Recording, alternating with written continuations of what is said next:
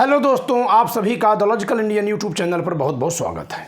मैं हूं एडवोकेट पंकज कुमार त्रिपाठी और कल रात यानी कि 17 अप्रैल 2024 की रात 10 बजे के आसपास लाइव क्लास के बाद मैंने यूट्यूब पर देखा अजीत अंजुम जी की ओर से एक वीडियो अपलोड किया गया है जिसमें ये बहुत तल्ख भाषा में बोल रहे हैं और बहुत दुखी महसूस हो रहे हैं, बहुत क्षुब्ध हैं, एनॉयड हैं, इसलिए क्योंकि इनको बदनाम करने वाली एक वीडियो यूट्यूब पर डाली गई है द अल्टरनेट मीडिया की तरफ से कल से एक दिन पहले, जिस पर 1.1 लाख व्यूज भी दिखा रहा है, जिसमें यह लिखा है अजीत अंजुम की न्यूज रूम रंगरेलिया, मर्सिडीज किसने और क्या छुपाने के लिए गिफ्ट की। इसमें कोई श्रीकांत नाम का व्यक्ति है जो अजीत अंजुम जी के बारे में बहुत सारे आरोप लगा रहा है, जिन आरोपों का खंडन इस वीडियो के माध्यम से अजीत अंजुम जी ने किया है। मैं एक अधिवक्ता होने के नाते यहाँ दो बातें कहना चाहूँगा। पहली बात तो ये कि जिन तथ्यों का उद्घाटन, प्रकटीकरण, जिन तथ्यों को खोला है किसने, इस वीडियो में श्रीकांत नाम के व्यक्ति ने एंकर के साथ मिल करके, यदि वे झूठे हैं तो ये बहुत गंभीर मानहानि के आरोप हैं। इस पर सिविल और क्रिमिनल दोनों तरह की मानहानि का केस चल सकता है और क्योंकि अजीत अंजुम जी पूरे भारत में विख्यात पत्रकार हैं तो एक करोड़ों रुपए की मानहानि का मुकदमा हो सकता है। इसके अलावा एक क्रिमिनल मानहानि का भी केस होगा जिसमें 2 वर्ष तक की सजा हो सकती है।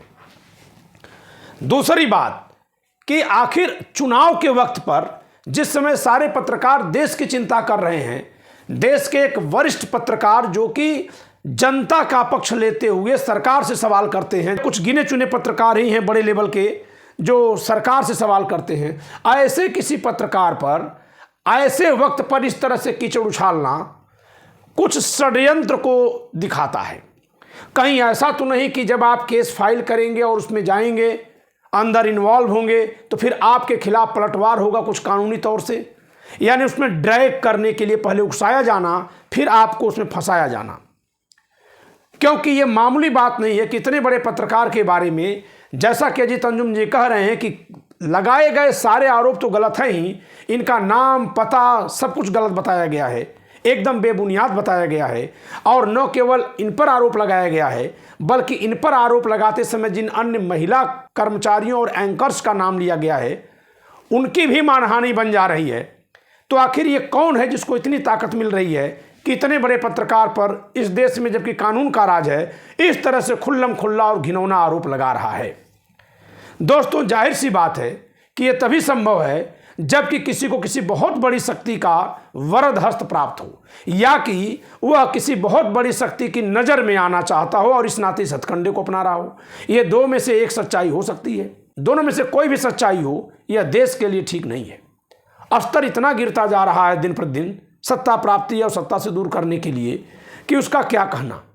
ऐसे में अगर कोई अपराध करके यह कहेगा कि ठीक हम अपराध कर दिए, हमें जो सज़ा देना है दे दो, तो फिर तो रोज़ अपराध होगा और अदालतें कम पड़ जाएंगी।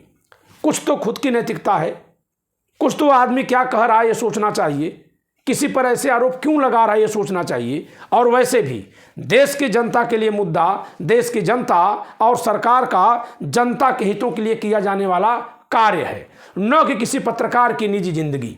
अगर इन्होंने किसी का शोषण किया या कहीं गलत किया तो श्रीकांत कौन होते हैं इसको बखानने वाले? जिन महिला एंकरों के साथ या जिन महिलाओं के साथ कुछ गलत हुआ वे लोग आए और आरोप लगाएं।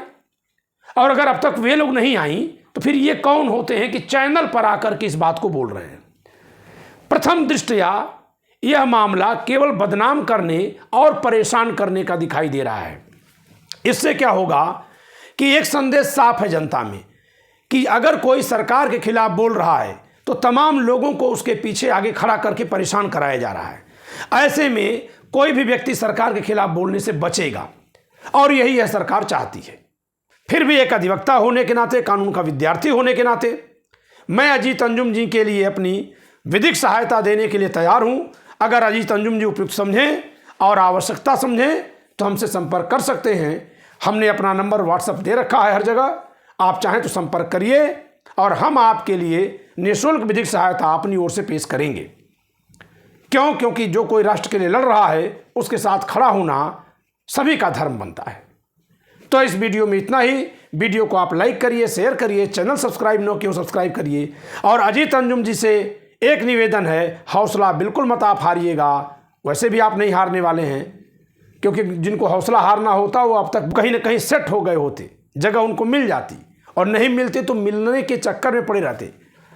फिर भी मैं दोहराऊंगा कि आप हौसला मत हारिएगा, आपके पीछे बहुत बड़ी संख्या में आपके दर्शक खड़े हैं। इस वीडियो में इतना ही। जय संविधान।